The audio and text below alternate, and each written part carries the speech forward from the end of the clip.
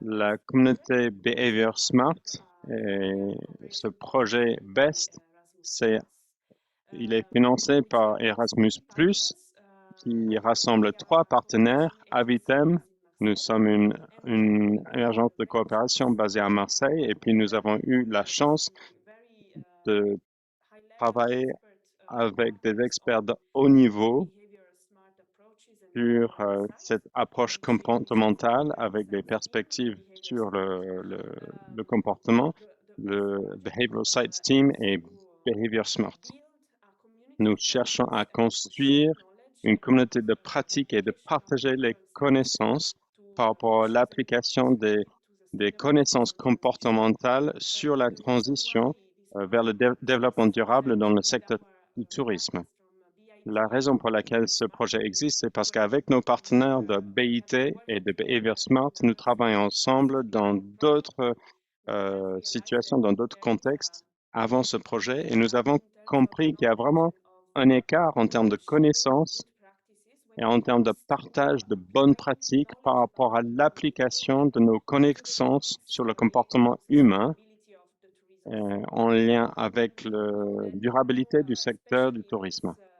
Nous savons tous qu'aujourd'hui, dans cette période où on a besoin de nouvelles approches, de nouvelles innovations, il est vraiment très important de pouvoir le faire afin d'imaginer l'avenir du secteur. De plus en plus de professionnels comprennent que le comportement humain a un rôle à jouer dans la gestion des flux de visiteurs, par exemple, ou la réduction des impacts du tourisme sur l'environnement ou sur la biodiversité, ou bien le travail pour créer des liens entre les touristes et entre les habitants. Ce sont tous des contextes où le comportement humain est au centre, mais il manque encore de la littérature et de la connaissance disponible sur comment appliquer la connaissance que nous avons sur le comportement humain à ces sujets. Nous avons également compris que de plus en plus de personnes s'intéressent à ces sujets, mais ne se connaissent pas entre eux. Et il y a beaucoup de connaissances qui pourraient être partagées entre les acteurs du secteur du tourisme et des voyages. Ce projet vise donc à combler cette lacune, à réduire l'écart afin de créer un vivier de connaissances, une base vivante de connaissances et une communauté de pratiques de personnes qui peuvent, nous voulons proposer un espace virtuel pour partager des connaissances, partager des questions et explorer également des possibilités de recherche et de collaboration dans l'avenir. Nous voulons également sensibiliser par rapport à l'importance d'utiliser la connaissance comportementale et la connaissance du comportement humain pour résoudre des questions en lien avec le développement durable. Alors, je vais revenir à ces sujets à la fin du webinaire parce que nous arrivons à la fin de ce cycle de webinaire et on va proposer encore des opportunités pour rester connecté avec nous. Mais avant de passer la parole à Milena, je voulais juste vous rappeler que nous avons déjà parcouru une certaine distance ensemble pendant les 3 derniers webinaires. Pour le premier webinaire, nous avons regardé le cerveau humain et nous avons regardé la prise de décision et comment cela peut impacter le tourisme et les voyages, le comportement des voyageurs, impact. Alors, voici un résumé visuel que j'ai fait de ce premier webinaire. Et dans le chat, vous avez également tous les liens pour accéder à ces différentes ressources. Pour le deuxième webinaire avec Milena, nous avons regardé plus le secteur du tourisme. Et avec Milena, nous avons reçu beaucoup d'exemples, beaucoup de cas d'études par rapport à l'application de la connaissance de la prise de décision réelle des touristes sur place et comment on peut profiter de cela pour améliorer le développement durable au niveau des destinations, mais également au niveau des entreprises de tourisme.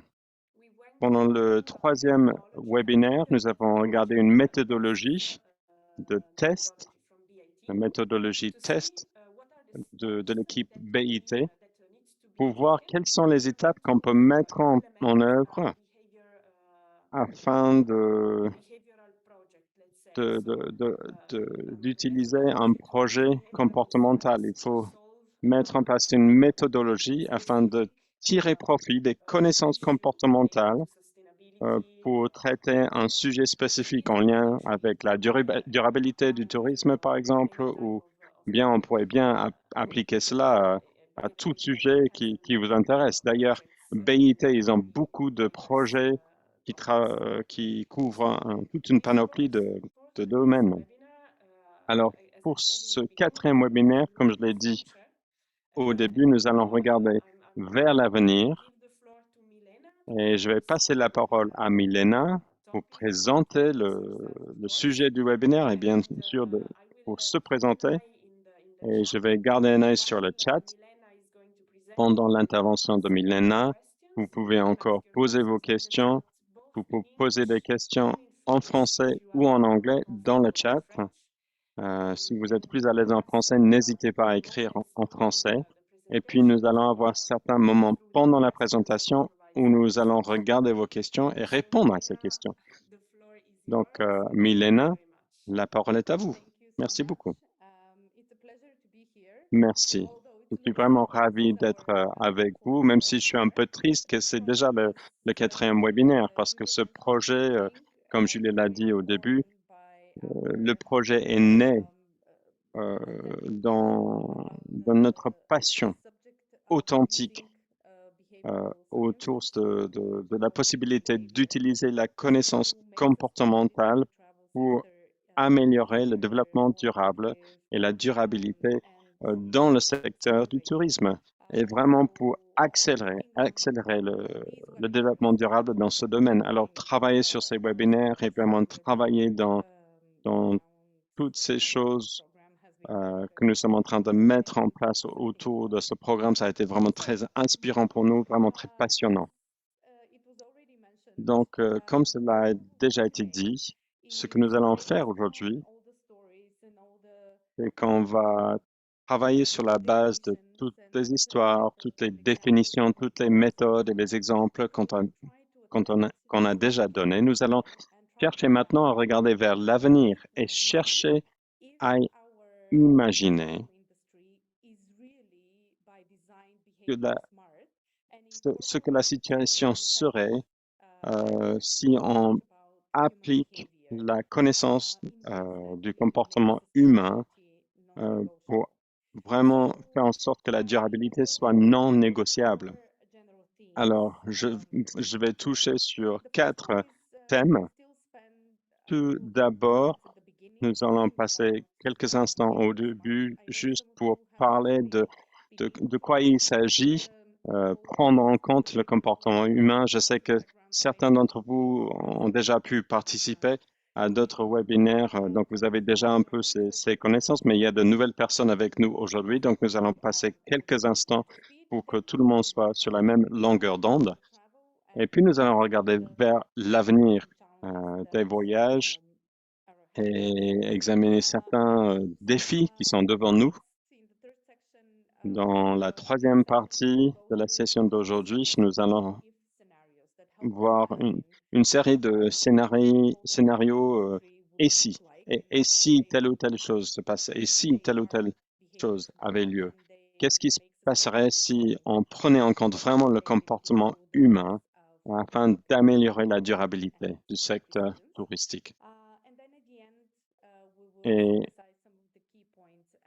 puis, nous allons vers la fin juste résumer les points clés de ce qu'on aurait vu aujourd'hui. Alors, pour commencer, c'est quoi prendre en compte le comportement humain? Pour résumer, prendre en compte les comportements signifie être réaliste sur la manière dont les gens pensent, décident et agissent dans la vraie vie. Et dans ce cas précis, on regarde au travers du prisme de la durabilité. Un aspect très important, c'est que nous cherchons à comprendre de manière réaliste les réponses des personnes envers des informations autour de la durabilité. Et l'objectif est de rendre plus efficace euh, le, le, le voyage, l'avancement vers la durabilité. Et nous pouvons être plus efficaces si nous sommes plus réalistes par rapport au comportement humain, parce que cela nous permet d'éliminer le conflit et les frictions entre le comportement humain et les objectifs de durabilité. Et cela, c'est important parce que si je donne par exemple certains exemples que vous allez bien comprendre, si on change une infrastructure ou on change un système de transport pour chercher à améliorer le confort ou la facilité, mais dans le temps, on découvre que les personnes n'ont pas vraiment changé leur comportement, euh, que la nouvelle infrastructure n'a rien rajouté en termes d'efficacité ou en termes de nouveaux systèmes de transport. Finalement, il y a d'autres facteurs qui font que le nouveau système est moins efficace que prévu à l'origine. Donc, l'idée, c'est vraiment de pouvoir être réaliste par rapport aux réponses des personnes à, à des nouveautés, à de nouvelles situations. Alors, nous cherchons à prévoir, à comprendre quelles réponses vont conduire au comportement souhaité. Alors, dans le contexte des voyages et du tourisme, quand on est réaliste sur le comportement humain, nous bénéficions de deux manières. Tout d'abord, on comprend les moteurs du comportement actuel, le comportement qu'on voit maintenant. Donc, une approche comportementale nous permet de comprendre pourquoi est-ce que les gens disent qu'ils veulent promouvoir la durabilité, mais quand ils partent en vacances, ils n'agissent pas de la sorte. Pourquoi est-ce que les gens disent qu'ils ne veulent pas utiliser les plastiques, mais quand ils sont en vacances, ils ne font plus attention à ce sujet et ils utilisent beaucoup de plastique à usage unique. Pourquoi est-ce que on peut leur proposer un itinéraire qui a été vraiment bien conçu pour être plus facile pour aller du point A vers le point B, mais finalement, ils prennent un autre itinéraire. Alors, il faut comprendre quels sont les facteurs qui expliquent le comportement actuel.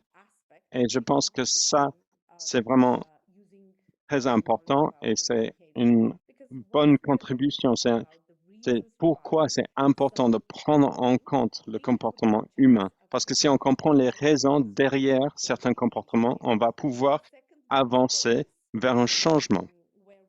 Donc,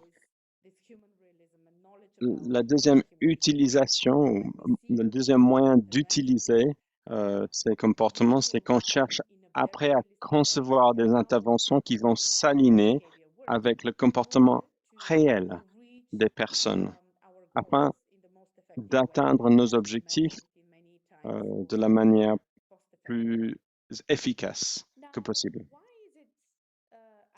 Eh bien, pourquoi est-il important de comprendre le comportement humain quand on parle du tourisme et du développement durable? Eh bien, c'est important parce que nous avons quelques connaissances tirées des sciences comportementales qui peuvent s'appliquer au tourisme de loisirs et qui peuvent expliquer pourquoi notre approche traditionnelle à la durabilité ne sont pas très efficaces. Je sais que nous avons évoqué certains de ces points lors des webinaires précédents, mais je vais faire un bref résumé. Tout premièrement, les personnes, les êtres humains, même s'ils sont très sensibilisés au développement durable, ils mettent la priorité sur l'expérience, vivre une belle expérience. À tout moment, s'ils ont à choisir entre le fait de vivre une belle expérience et vivre beaucoup de joie lors de leur séjour et de l'autre côté, être un citoyen responsable de la planète, ils vont se focaliser sur l'expérience. Le deuxième point, c'est que de manière générale, quand on est en vacances, quand on est en mode loisir, euh, on relâche nos contrôles habituels, que ce soit notre mode de vie sain, euh, notre alimentation saine, mais cela peut également être lié à nos modes de consommation. On va peut-être manger davantage, on va peut-être boire davantage que normalement quand on est dans notre régime alimentaire sain. De la même manière, nous dévions par rapport à notre mode de consommation responsable que nous appliquons à la maison. Nous allons peut-être moins recycler, nous allons peut-être être euh, moins regardant à la consommation de l'énergie. Il s'agit d'un mécanisme qui est tout à fait naturel et compréhensible. Il y a également une part très importante du marché des voyageurs qui considère qu'une réflexion sur le développement durable et le changement climatique est en conflit avec un état d'esprit de loisir, même si les personnes sont en général responsables, sensibilisées et ont assumé la responsabilité de contribuer à la résolution de ces crises.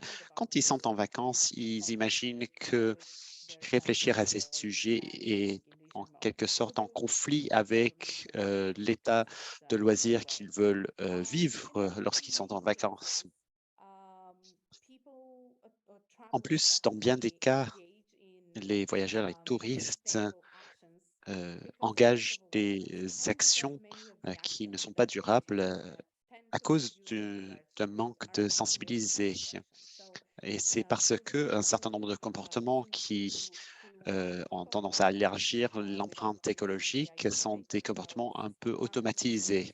Si vous écoutez notre podcast, on parle de système 1, système 2. Très souvent, les décisions qui contribuent à une empreinte non désirée de notre expérience touristique sont liées aux décisions de type système 1, des décisions prises sous forme de mode automatique de prise de décision. Il y a donc un certain nombre de facteurs qui contribuent à ce que le renseignement, l'information seule des touristes n'est pas une démarche efficace. Et cela à cause de la psychologie humaine quand nous sommes en mode loisir. On a l'impression que c'est bien plus efficace d'agir sur les éléments contextuels afin de faciliter des choix liés au développement durable, rendre plus facile la durabilité, rendre plus attrayant la durabilité en modifiant le contexte plutôt que de chercher à modifier les comportements des voyageurs à l'encontre des principes qui régissent à leur comportement au niveau profond. Il faut donc accepter que nous en sommes à la fin de l'ère du développement durable portée par la demande, où nous appuyons sur une demande de la part des voyageurs pour des expériences plus durables. C'est le moment en tant que partie prenante du secteur touristique, en tant que fournisseur d'expériences de voyage, afin de pouvoir concevoir des contextes de voyage qui sont plus favorables, qui permettent la mise en œuvre des comportements souhaités. Dans ce sens, si nous regardons à l'avenir, nous pensons qu'une approche qui prend en compte les comportements dans le cadre du secteur du voyage et du tourisme à l'avenir euh, conduirait à un secteur qui se base sur les connaissances des comportements, sur les prises de décision des touristes par rapport au développement durable, basé également sur une réflexion sur les meilleures manières de les amener à faire des choix durables. Et nous allons mettre en place ces réflexions dans la conception de l'expérience de voyage. Avant de rentrer dans le détail, en vous donnant quelques exemples, quelques illustrations, je voudrais prendre quelques instants pour réfléchir aux enjeux et aux défis qui sont devant nous. On peut parler de développement durable et de la crise climatique de différentes manières, crise à laquelle est confronté notre secteur et notre société dans son ensemble. L'un des éléments les plus objectifs qu'il faut soulever, c'est que nous avons un nombre croissant de destinations qui s'engagent en faveur de la déclaration de Glasgow, en faveur de l'action climatique dans le tourisme, déclaration qui euh, oriente les actions et qui dresse un certain nombre de feuilles de route pour réduire de moitié les émissions d'ici 2030 et d'atteindre le net zéro le plus tôt possible et au minimum avant 2050. Un certain nombre des organismes qui ont initié cette déclaration de Glasgow ont contribué à un rapport qui a été rédigé par la fondation qui s'appelle The Travel Foundation avec un certain nombre de partenaires. Ensemble, ces auteurs se sont posé la question des scénarios possibles qui peuvent nous amener à respecter ces engagements pris dans le cadre de cette déclaration de Glasgow. Il se pose la question des sacrifices et des arbitrages qui seront nécessaires à prendre en compte afin de pouvoir réaliser ces engagements. La bonne nouvelle, si vous n'avez pas lu ce rapport, je vous incite à aller le trouver. Ce rapport est publié en ligne.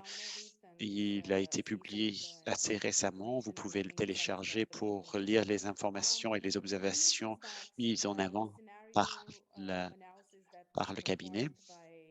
La bonne nouvelle, c'est que l'analyse réalisée par les chercheurs suggère que l'atteinte des objectifs énoncés dans la déclaration de Glasgow est réaliste. Néanmoins, cette atteinte des objectifs nécessite un certain nombre de modifications dans le fonctionnement et une modification des structures et des flux du tourisme. Quelques points clés qui ressortent de ce rapport, c'est que nous devons voir une plus grande maîtrise de ces enjeux côté offre et ne pas nous appuyer sur le côté demande. Ce rapport souligne également le fait que cette action du côté de l'offre est le seul ressort réaliste du point de vue du comportement. Il y a également une réflexion nécessaire sur la manière dont les voyages se mettent en place avec la mise en œuvre de solutions de mobilité à bas carbone. Une manière de retenir et de maintenir la croissance du secteur des voyages en phase avec nos attentes et nos espoirs, c'est une transition vers moins de vols long courrier avec quelques voyages, les voyages d'une vie, si vous voulez, le voyage rêvé qui, euh, qui utilise ces voyages à long courrier, mais qui interviennent moins souvent. On doit se poser la question d'élargir, d'allonger la durée de séjour avec des séjours et des voyages destinations multi-modaux. Il faut également prévoir une gestion intelligente des ressources afin de soutenir la transition vers des pratiques de voyage plus écologiques. Ce qui ressort de ce rapport, c'est qu'il y a un scénario réaliste permettant d'atteindre les objectifs de la déclaration de Glasgow. Ces scénarios réalistes nécessitent d'agir sur les modèles et les structures comportementales. Si nous avons une approche qui se base sur la demande, en général, on essaie de trouver le chemin de moindre résistance entre les objectifs à atteindre dans les opérations et les comportements humains nécessaires. Dans ce sens, les transitions nécessaires d'un point de vue de la conduite du changement comportemental nécessitent de prendre une position de leadership. Ce n'est pas attendre la demande des voyageurs, mais de mettre en place des changements et que les voyageurs suivent. Il faut également que le développement durable fasse partie intégrante de la conception de l'expérience. Comme nous l'avons dit, si nous agissons sur le contexte, sur l'environnement du voyage, on peut automatiser en quelque sorte les décisions prises par les voyageurs afin que leurs décisions soient plus écologiques et réduisent leur empreinte écologique. En prenant en compte la manière dont les êtres humains en tant que voyageurs et en tant qu'entrepreneurs dans le secteur touristique prennent des décisions, il faut être réaliste au sujet des comportements pour avoir une approche sensible aux comportements permettant de conduire à des choix plus durables.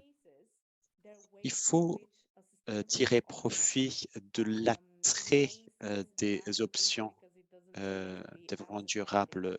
Très souvent, la solution la plus durable est moins demandée parce qu'elle a l'impression, les voyageurs ont l'impression que cette solution est moins attrayante.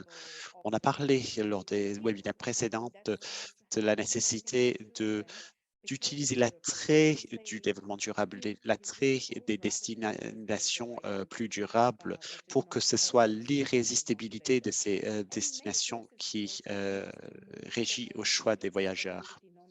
Et il faut aller plus loin également. Il faut rendre non négociables les choix liés au développement durable. Il faut que le développement durable fasse partie des opérations, de la conception de l'expérience voyage. Et dans certains cas, cela nécessite parfois de supprimer, d'ôter certaines options et ne plus donner le choix aux voyageurs, ne plus leur donner le choix de prendre une décision qui va créer une empreinte non désirée pour notre destination ou la communauté d'accueil.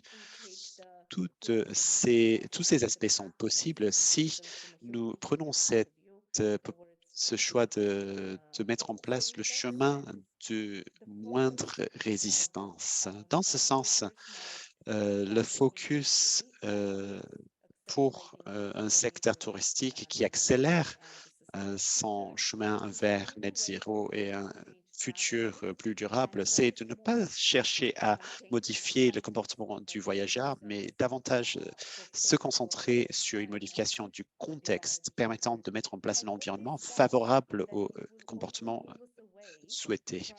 Cela nous pousse à vivre un passage de la recherche des bons voyageurs à une recherche de transformer l'expérience pour que la plupart des voyageurs soient les bons voyageurs. Un certain nombre de destinations disent que leur transition vers un avenir plus durable consiste en l'identification et l'attrait des voyageurs qui comprennent le développement durable, qui voyagent de manière responsable, qui sont prêts à faire des sacrifices au niveau du confort afin de respecter davantage l'environnement, ces voyageurs qui sont prêts à payer le prix fort pour vivre leurs expériences écologiques. Mais notre compréhension du comportement humain nous dit que les personnes qui sont en mode loisir et qui se comportent de manière respectueuse en mode loisir représentent une faible part des voyageurs.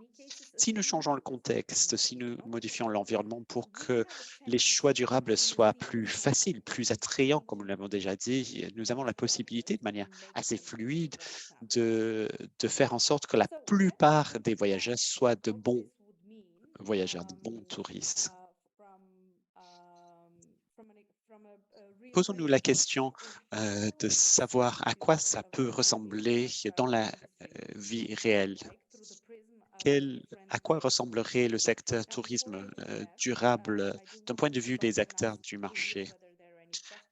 Avant de faire cela, je voudrais m'arrêter pour voir s'il y a des questions ou des remarques à prendre de la part des participants.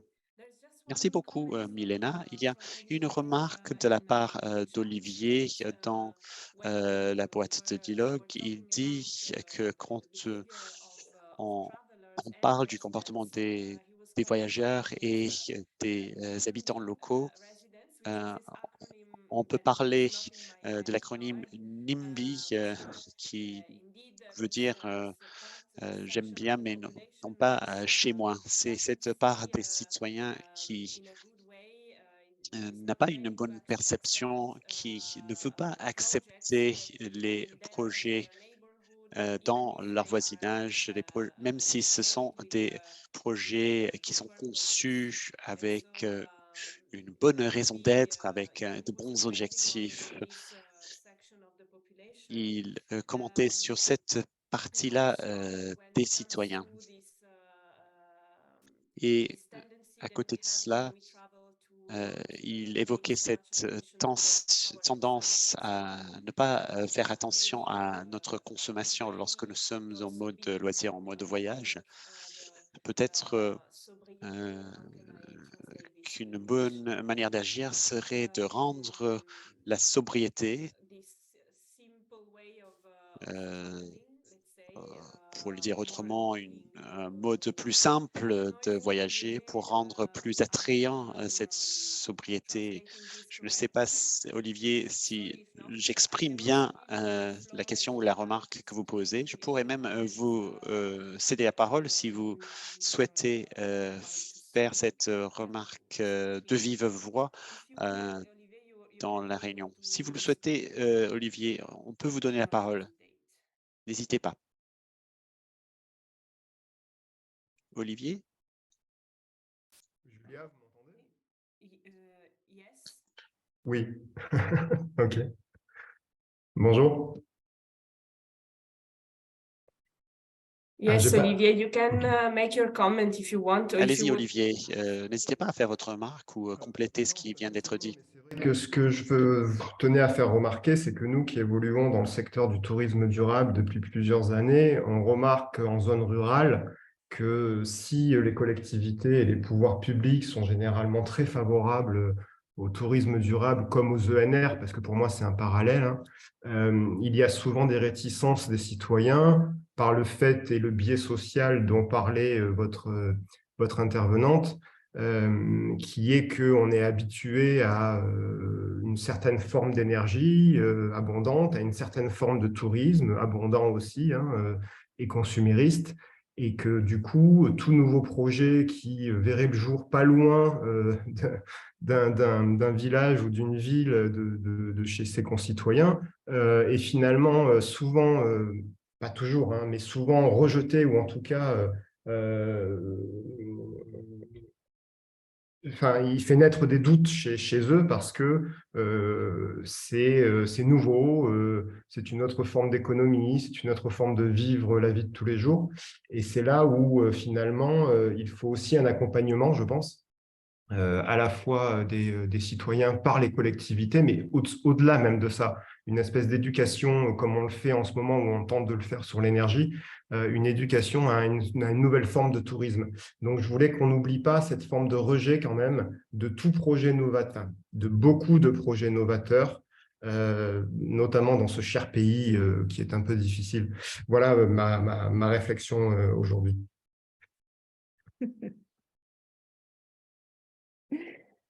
Great point. You're absolutely right that Oui, generally, absolument, vous avez raison.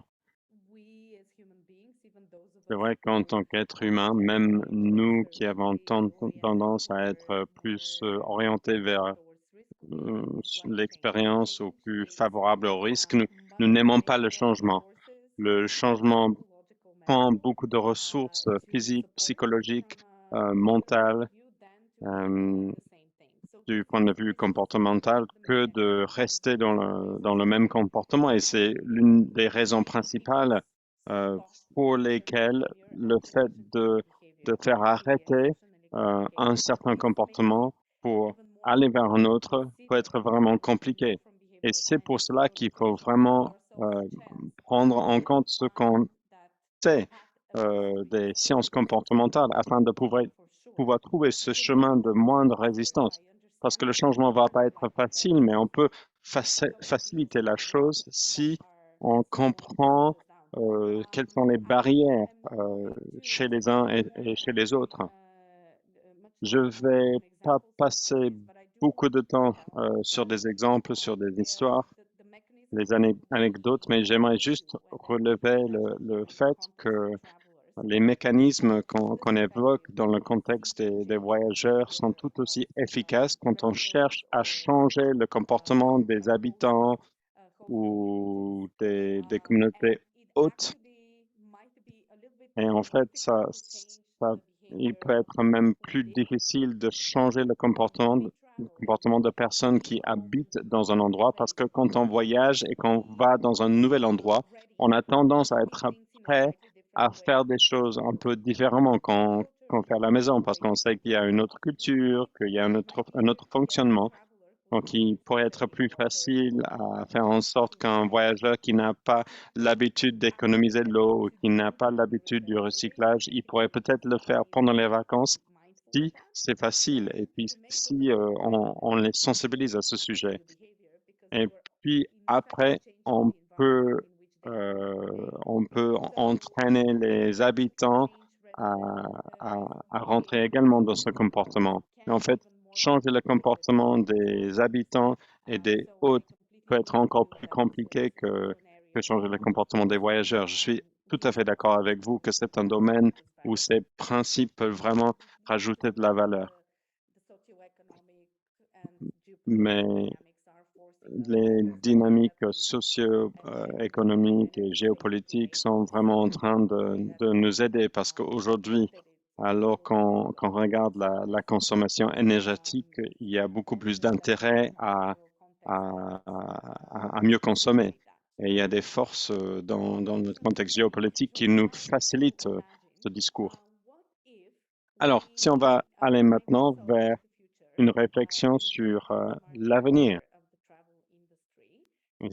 on peut s'imaginer dans un contexte du tourisme sensible au comportement. Qu'est-ce qui ferait qu'une destination serait sensible au comportement? Comment est-ce que l'approche comportementale peut faire en sorte que la durabilité soit non négociable? En fait, il y a plusieurs moyens par lesquels on peut utiliser la connaissance des comportements humains pour influencer et impacter ce que fait une destination. Peut-être un domaine qui est facile à comprendre, c'est dans le marketing et dans la communication. Si une destination, donc imaginons une destination qui est sensible au comportement, qui pense au comportement humain et qui tire profit de ces connaissances afin d'encourager les visiteurs à adopter un comportement responsable. Ils vont intégrer des attentes autour de l'expérience réaliste du voyageur sur place. Ils vont intégrer des motivations et des forces qui vont aider les voyageurs à adopter des comportements souhaités qui sont bons pour l'économie locale, bons pour la communauté locale, bons pour la nature locale et qui puissent vraiment participer à des expériences qui s'alignent avec la culture locale. Quelques exemples, on a beaucoup de buzz aujourd'hui en Europe autour de la transition vers des modes de transport ferroviaire, par exemple, ce réseau ferroviaire qui est déjà en place en Europe, mais en même temps, il y a peu de destinations qui impliquent dans la communication des visuels, des exemples, des vidéos, des personnes qui arrivent dans leur destination par voie ferroviaire. Simplement impliquer ces images dans le marketing et dans le visuel, c'est une manière pour une destination d'être sensible au comportement. Également, si on met en exergue les comportements souhaités quand on va encourager les modes douces de transport, encourager également la consommation de produits locaux, intégrer tout cela dans la communication et dans les supports de marketing, c'est important afin de promouvoir ces comportements souhaités. C'est une illustration de ce qu'il faut faire. Et puis, nous savons bien que les gestionnaires de destination n'ont pas le pouvoir ni le budget pour investir dans de grosses infrastructures sur leur destination, mais ils peuvent participer à un dialogue où ils vont contribuer aux choix et aux décisions autour d'investissement dans des infrastructures en permettant des expériences basées sur la nature qui sont puissantes et qui n'ont aucune empreinte, aucun impact sur la nature. C'est également un moyen de changer le comportement des habitants au niveau de leurs loisirs. Je veux aussi citer un exemple un exemple actuel de l'intégration de ces exemples dans le marketing pour une destination. J'aime beaucoup cet exemple ici. Si vous suivez la communication d'Islande, c'est vraiment une destination très créative et vraiment très intelligente dans leur moyen d'utiliser la communication. Il y a quelques années, l'Islande a lancé une campagne qui promouvait le fait de boire de l'eau du robinet pendant le voyage. Et c'est vraiment un bel exemple de comment on peut promouvoir une destination tout en encourageant les personnes à intégrer des comportements comme boire l'eau de robinet plutôt que l'eau en bouteille pendant leur expérience. Un autre exemple vient de Helsinki. À Helsinki, il y a un programme lancé juste avant la pandémie qui s'appelle Pensée durable. Et c'est un guide, une plateforme qui permet aux visiteurs et aux habitants de manière très facile de trouver des expériences, des prestataires, des activités de loisirs qui sont et des prestataires et activités qui sont responsables et durables dans tout ce qu'ils font. Et ce qui est intéressant, c'est que la plateforme est conçue pour être très ergonomique, mais derrière, il y a vraiment un système très rigoureux basé sur les principes de durabilité qui ont été identifiés par les autorités à Helsinki. Ils encouragent des entreprises locales à prendre en compte ces principes. Donc, les entreprises qui prennent mieux en compte ces principes reçoivent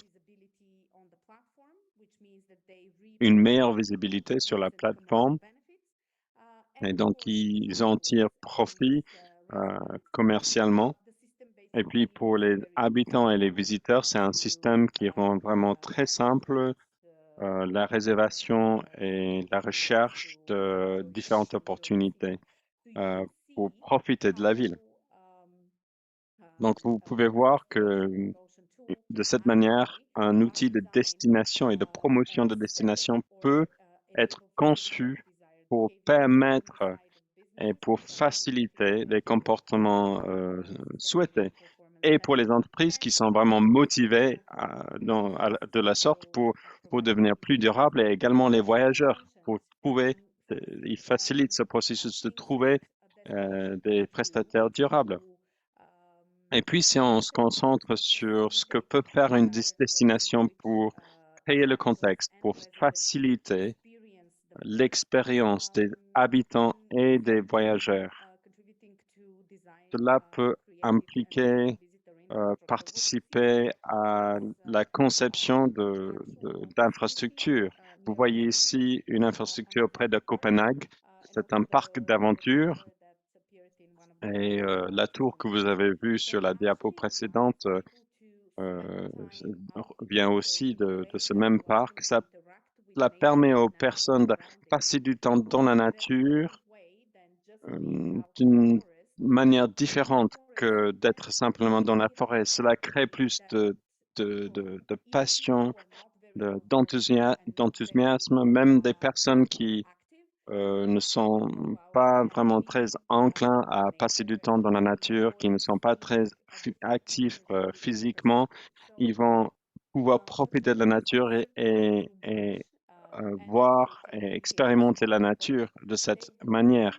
Donc, les gestionnaires des destinations peuvent faire beaucoup de choses. Ils peuvent profiter de ces opportunités pour changer les schémas de comportement des visiteurs et des habitants et leur manière de profiter de la nature dans une destination. Donc, voici ce qu'une destination pourrait faire et on a vu des exemples concrets. Peut-être on peut maintenant regarder des exemples au niveau des entreprises spécifiques. Donc, pour un prestataire de services alimentaires, qu'est-ce que cela voudrait dire pour eux?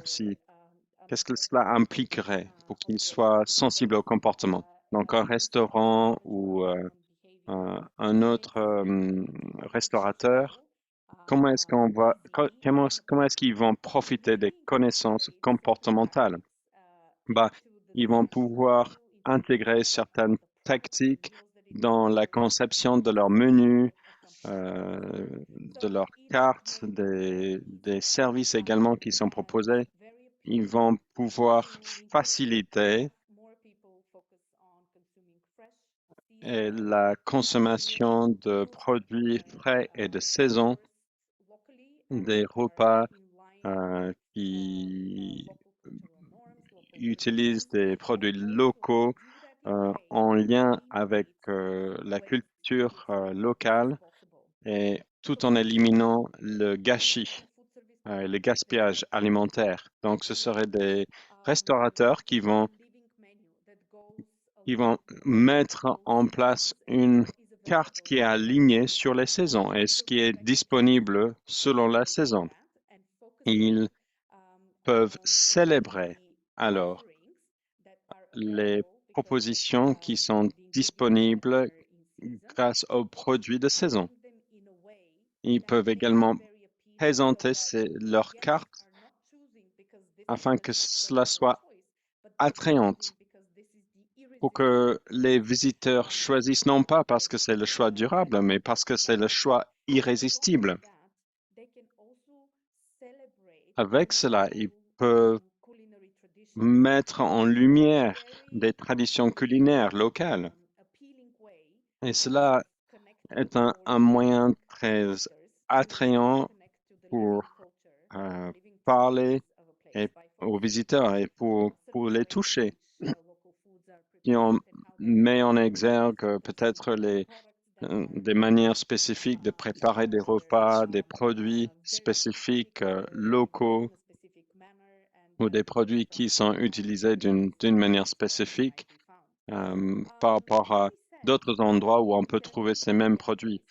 Comme on l'a déjà dit, aujourd'hui, un restaurateur qui est sensible au comportement va également être très sensible au gaspillage alimentaire.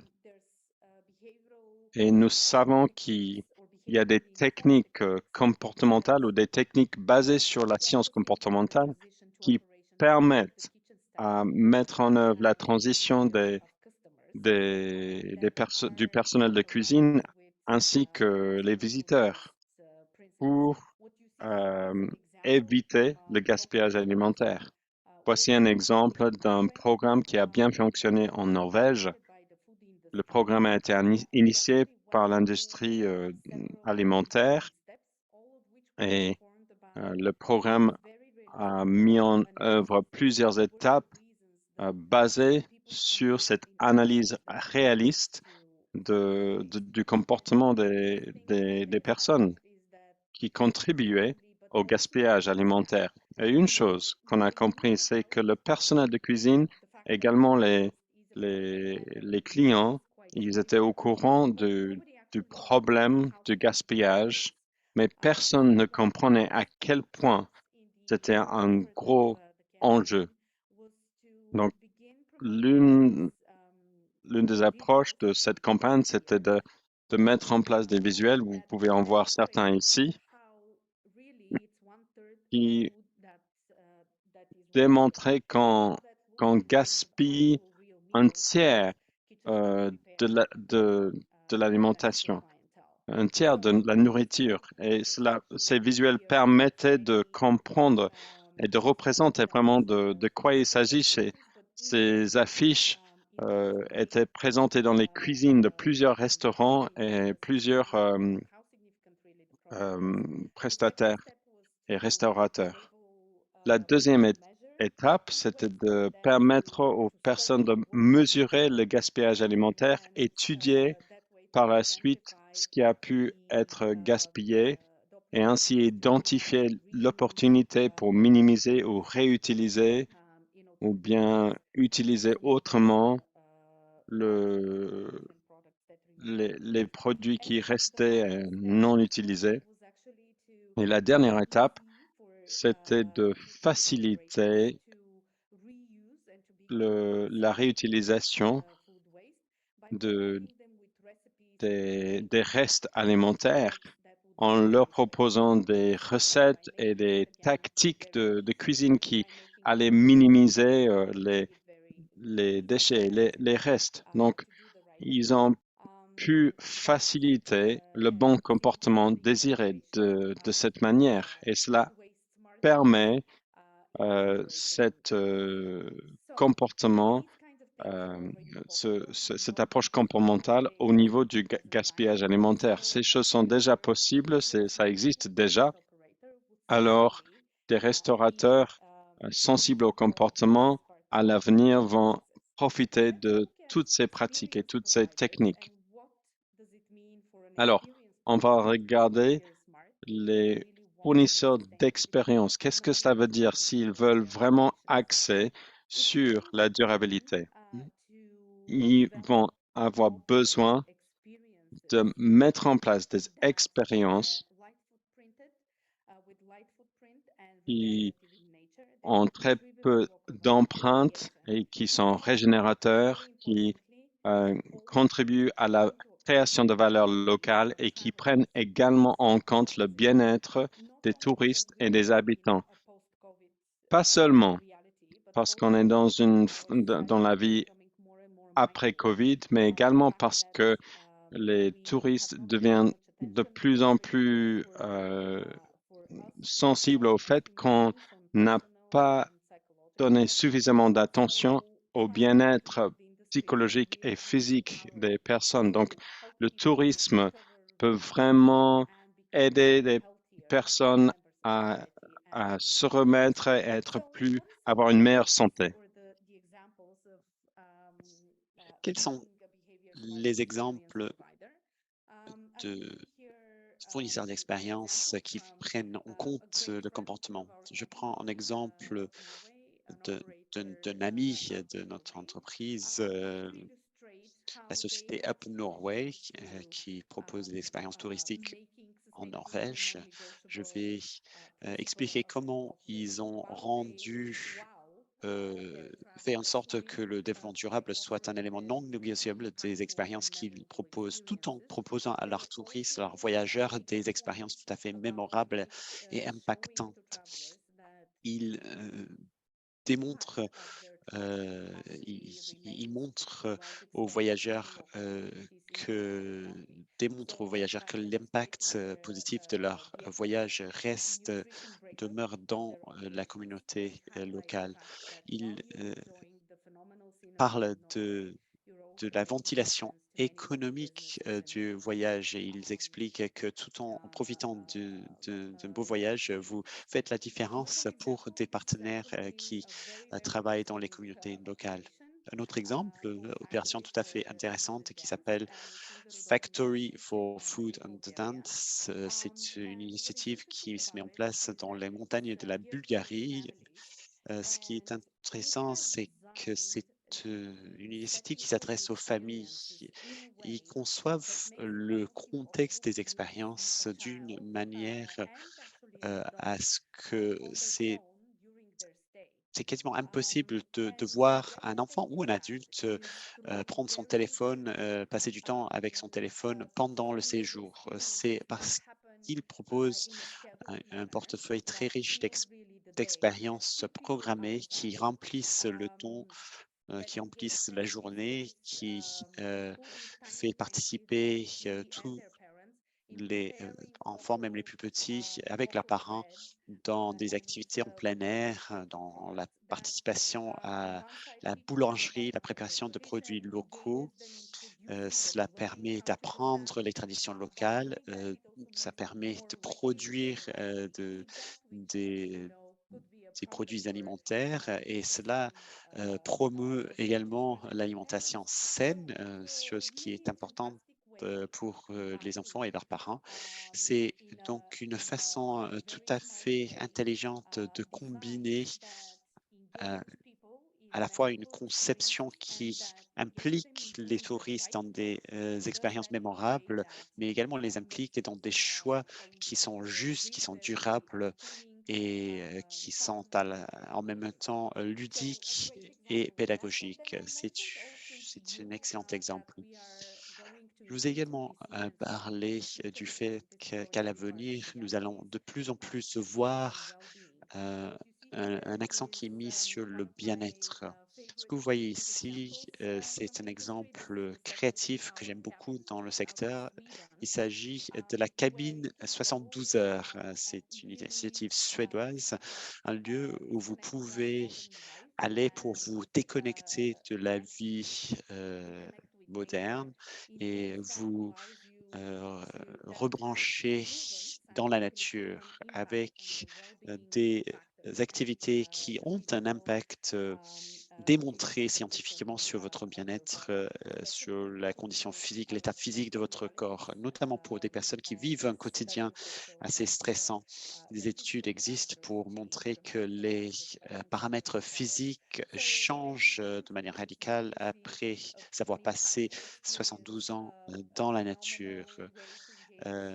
C'est non seulement une expérience tout à fait impactante, mais c'est également la possibilité de se faire délecter ses sens dans un cadre magnifique. Un fournisseur d'expérience va s'appuyer sur des leviers simples nous permettant de retrouver cet équilibre avec la nature. Le dernier point que je souhaite soulever concerne la technologie pour le tourisme. Je voulais parler de cette technologie parce que nous voyons de plus en plus de solutions technologiques pour le voyage. Ce sont des solutions puissantes et, à mon avis, il y a beaucoup de responsabilités qui incombent à ces fournisseurs de solutions afin de faciliter une transition accélérée vers le développement durable.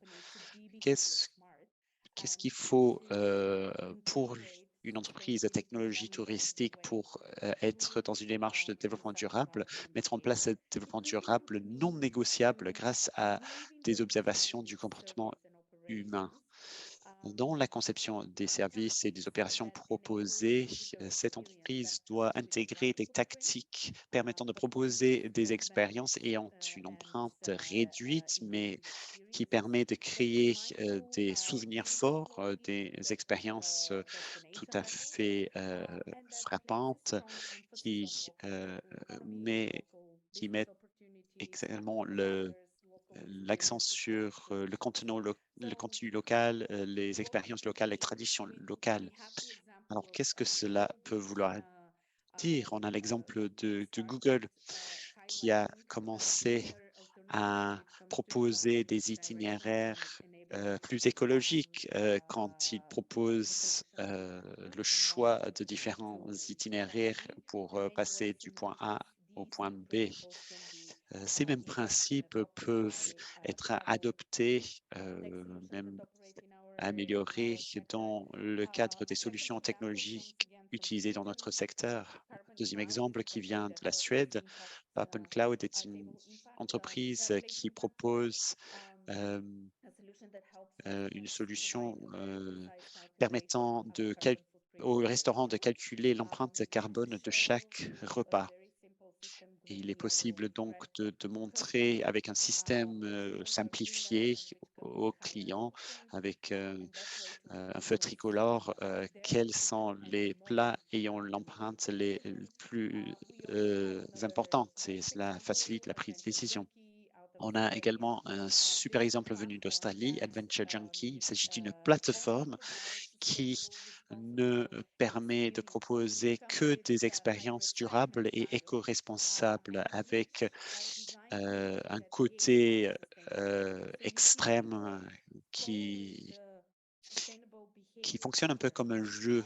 Les utilisateurs de cette plateforme suivent ces expériences et ils apprennent qu'on a plus à gagner si on l'héberger dans un hébergement local, que vous avez plus à gagner à recruter un guide local, etc. Ce sont des exemples qui démontrent que la technologie dans le secteur touristique peut proposer des avantages pour les entreprises technologiques, mais également pour le secteur et l'écosystème dans son ensemble, si on prend en compte les principes Behavior Smart, si on prend en compte les comportements. J'espère avec ceci que j'ai pu vous convaincre que l'avenir sensible au comportement Behavior Smart est possible. Quelques points que je tiens à synthétiser. Il faut ne plus chercher les bons voyageurs, mais transformer tous les voyageurs pour qu'ils deviennent les bons voyageurs. Deuxième point, le changement de comportement et les connaissances du comportement humain peuvent être le moteur derrière la transition vers une économie touristique plus durable, plus rentable. Et si donc les destinations utilisaient le marketing et les communications pour faire que le comportement souhaité soit attrayant et facile à choisir. De la même manière, si les restaurateurs utilisaient une conception créative pour que le goût plus durable soit l'option le plus désirée. Et si, par exemple, les fournisseurs d'expérience faisaient en sorte que les expériences soient les plus mémorables et impactantes. Et si, par exemple, les fournisseurs de services technologiques utilisaient la puissance de la tech et des données pour développer et faciliter des comportements durables.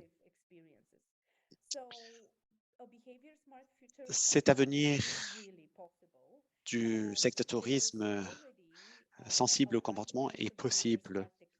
De nombreuses techniques sont à la portée de main pour les entreprises et les destinations et d'autres parties prenantes qui s'intéressent à prendre un pas en avant et démarrer ce chemin vers la durabilité comme un élément non négociable de la réactivité.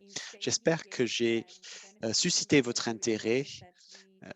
Nous avons d'autres ressources et nous aimerions accompagner davantage de professionnels pour tester les choses qui marchent déjà, dont nous avons déjà fait le preuve dans notre secteur. Sur ce, je propose de prendre des questions ou des remarques. Y a-t-il des questions auxquelles je pourrais donner une réponse? Je vois dans le chat qu'il n'y a pas tellement de questions. Il y avait à nouveau une remarque de la part d'Olivier. Je pense qu'il cherche à compléter les réflexions partagées au début de la réunion. Lorsque nous attendons à ce que nos participants soient un tout petit peu moins timides et qu'ils posent des questions, j'aurais envie de partager moi-même une remarque sur ce que vous venez de dire. Merci beaucoup tout d'abord des exemples que vous avez donnés. Ces exemples sont tout à fait intéressants parce qu'ils viennent de tout type d'acteurs, même au niveau de la destination. Vous avez démontré que beaucoup de choses peuvent être faites pour améliorer la durabilité des expériences touristiques.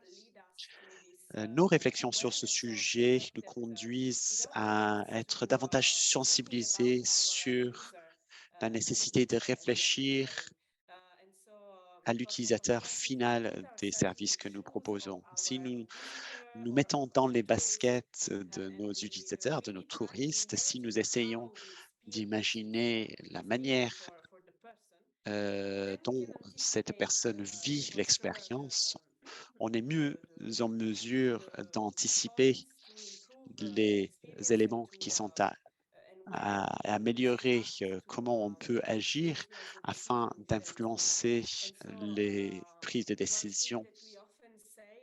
Une chose que nous disons souvent, c'est qu'il est bien utile, très souvent, de rassembler d'autres types d'acteurs autour de la table quand on conçoit une solution.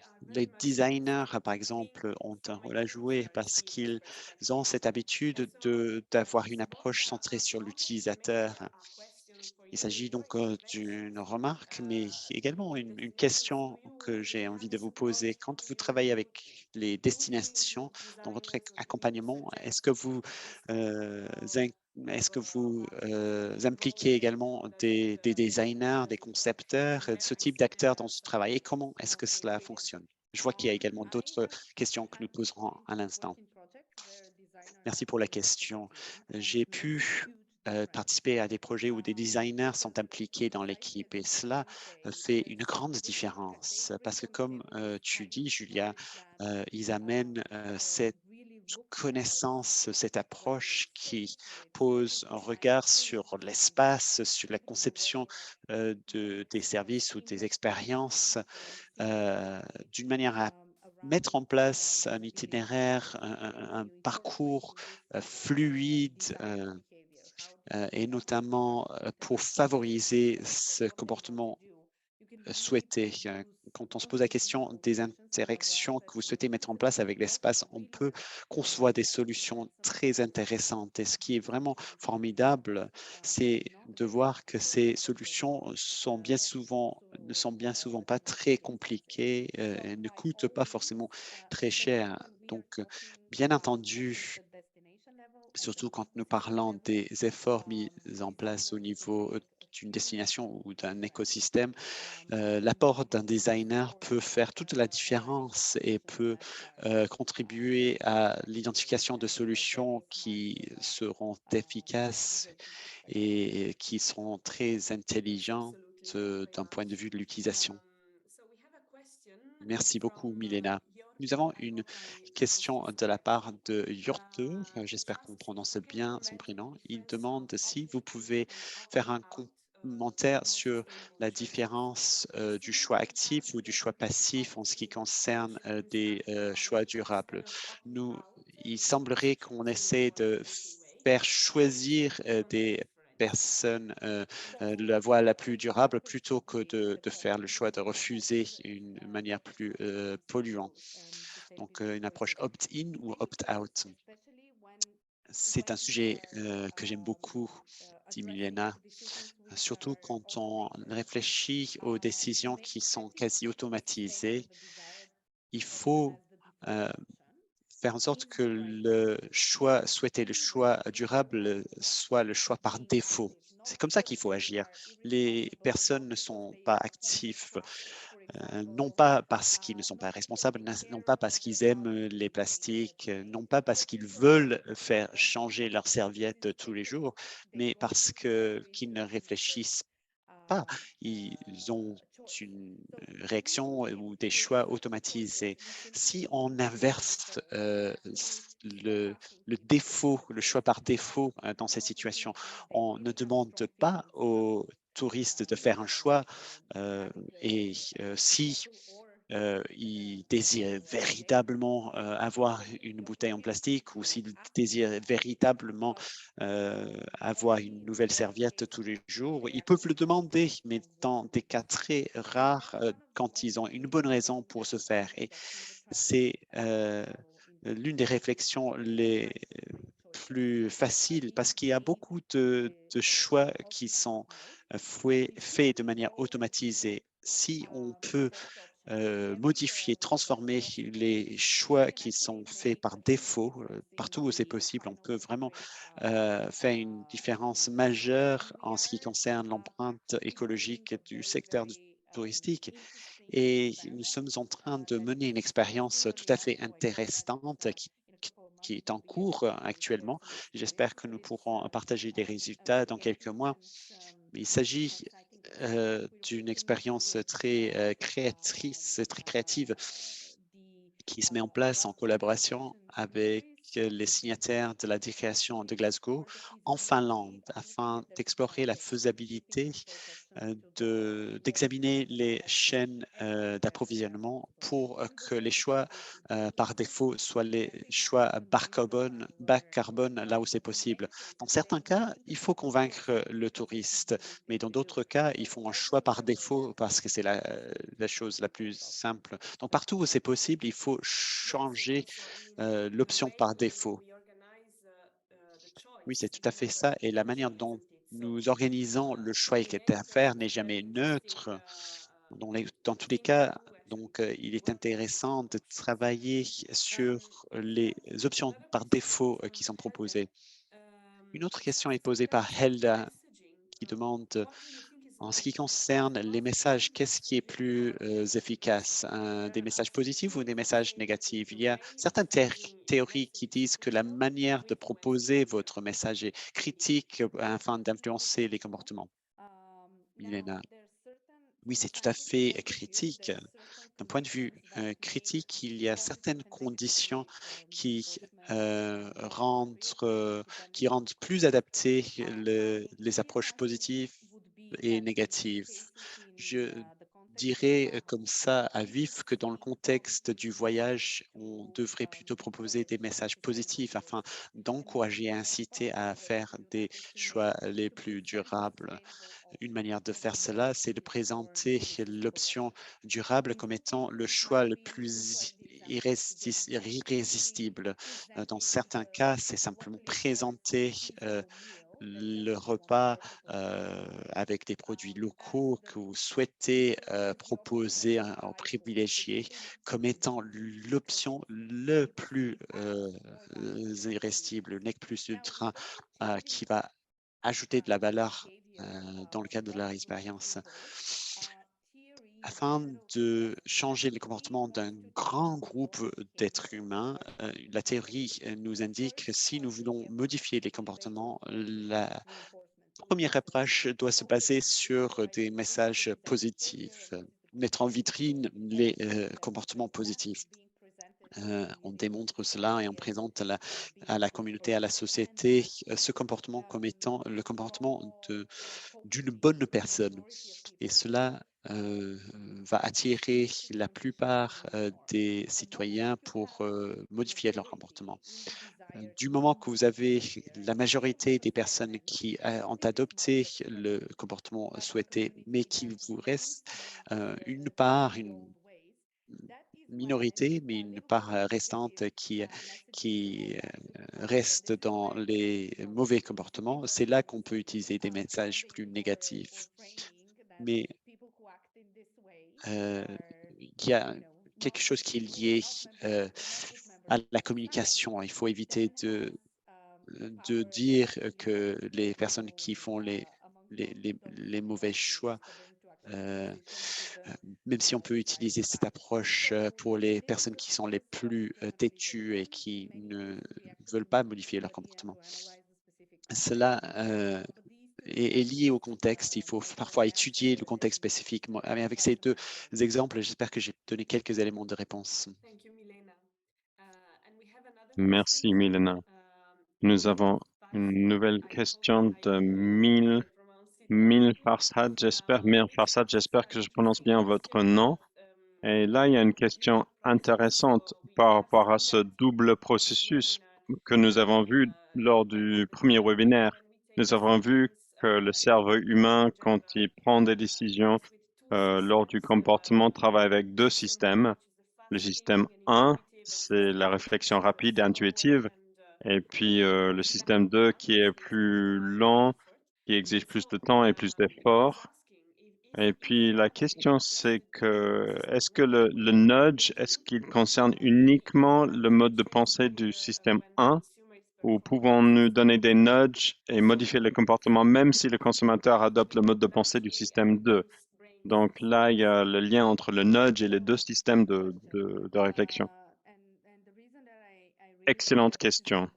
Et je pense que c'est un sujet important et je suis content de l'aborder parce que nous devons vraiment comprendre que être sensible au comportement et les prendre en compte, ça va bien au-delà du nudge et juste ces petits choix au niveau de la conception. Si on va être sensible au comportement, on va intégrer des connaissances sur les mécanismes de prise de décision de personnes au niveau, ça c'est pour le niveau politique ou stratégique, on va concevoir des systèmes fiscaux, des systèmes de marketing, de communication en prenant tout cela en compte.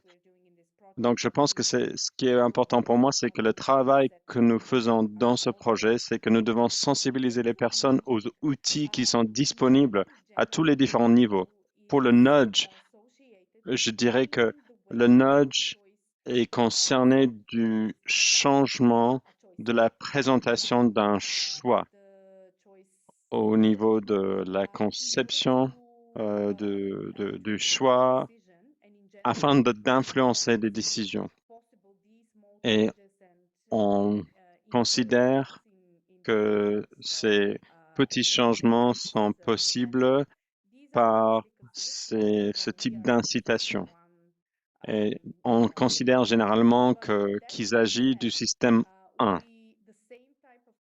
Mais dans le même temps, ce même principe, cette même réflexion autour de ce qui pourrait vous inciter à un certain choix peut être appliqué au mode de prise de décision conscient.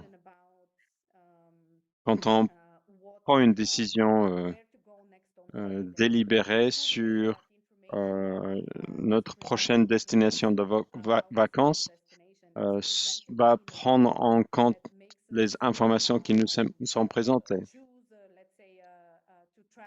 Et les informations pourraient être présentées de manière à ce qu'on choisisse un voyage ferroviaire grâce à la présentation de cette option ferroviaire qui est présentée comme attirant et très bénéfique. Donc là, on va au-delà du nudge quelque part. Là, on est dans le système 2, dans le choix délibéré. On ne prend pas le choix sur la destination de vacances avec le système 1, mais on augmente de cette manière l'attrait de ce différent choix. Je vois qu'il nous reste 5 minutes, donc peut-être, Julia, vous voulez procéder à la conclusion? Oui, je pense que je vais partager des possibilités, des opportunités pour continuer à dialoguer ensemble et rester en contact. Je pense qu'il y a plus de questions, mais vous allez voir que il y a beaucoup d'opportunités pour échanger ensemble et rester en contact. Alors, nous allons fermer et clôturer ce cycle de webinaires et j'ai suivi tous ces webinaires et ça a été vraiment passionnant, mais vous pouvez rester connecté à la communauté parce que l'objectif de ces webinaires, c'était de développer une communauté de personnes qui s'intéressent à la connaissance comportementale et comment on peut l'appliquer au développement durable dans le tourisme afin de construire un avenir du tourisme qui est plus durable. Nous sommes maintenant et nous avons maintenant une communauté de pratique dans un groupe LinkedIn que vous pouvez voir dans le chat. On vous invite à vous connecter à ce groupe parce que nous allons partager toutes les informations, bien sûr, sur nos webinaires. Nous allons partager les enregistrements des webinaires, mais nous allons également partager des ressources de connaissances et des sujets de discussion autour de ce thème. On veut créer un espace virtuel pour toutes les personnes qui s'intéressent à l'approche comportementale afin de partager des connaissances, afin de dialoguer ensemble, afin de partager des bonnes pratiques et partager également des questions ou des doutes que vous pouvez avoir sur le sujet. Donc, le lien est dans le chat et vous pouvez suivre ce lien pour rejoindre le groupe. N'hésitez vraiment pas de nous rejoindre. Le deuxième moyen de rester en contact, c'est de vous inscrire pour notre mailing. Nous allons partager les prochaines étapes de ce projet sur ce mailing et nous allons également partager des informations sur d'autres projets autour du même thème. Et en vous inscrivant sur cette liste de distribution, vous allez pouvoir recevoir des nouvelles et des activités de ces projets. Troisième, vous pouvez aller voir notre site web, le site web du projet où nous avons mis en place une série de cas d'études. Nous avons déjà évoqué certains de ces cas pendant les webinaires, des cas où l'approche comportementale a pu être mise en œuvre dans un secteur touristique et dans un secteur en lien avec le tourisme. Alors, ces cas d'études sont là pour vous donner des exemples concrets d'application de cette approche comportementale. Sur le site web, vous pouvez également trouver des ressources pour la lecture, des vidéos ou autres informations qui vont vous permettre d'apprendre plus sur ce sujet parce que c'est un sujet très large. Il y a de la littérature. Ce site web et cette partie ressources, cette rubrique ressources du site web se veut être une bibliothèque de ressources. Bien sûr, elle ne va pas être complète, mais on rassemble ici les ressources essentielles pour apprendre plus autour de la science comportementale. Nous avons vraiment listé les publications essentielles pour ce sujet, les must. Et puis nous avons évoqué également des secteurs en lien avec le tourisme ou le tourisme même où on a appliqué la connaissance comportementale. Et nous allons continuer à mettre de plus en plus de ressources sur cette page. Vous pouvez utiliser également le groupe LinkedIn pour proposer des titres ou des publications qui seraient intéressées à partager avec d'autres.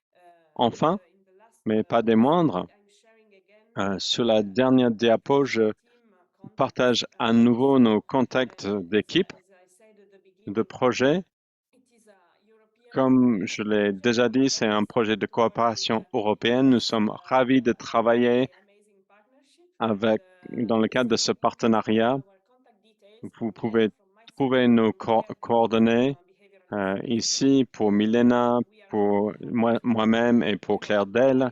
Vous pouvez nous contacter pour plus d'informations. Nous serons ravis de partager plus d'informations sur ce projet et sur le thème en général.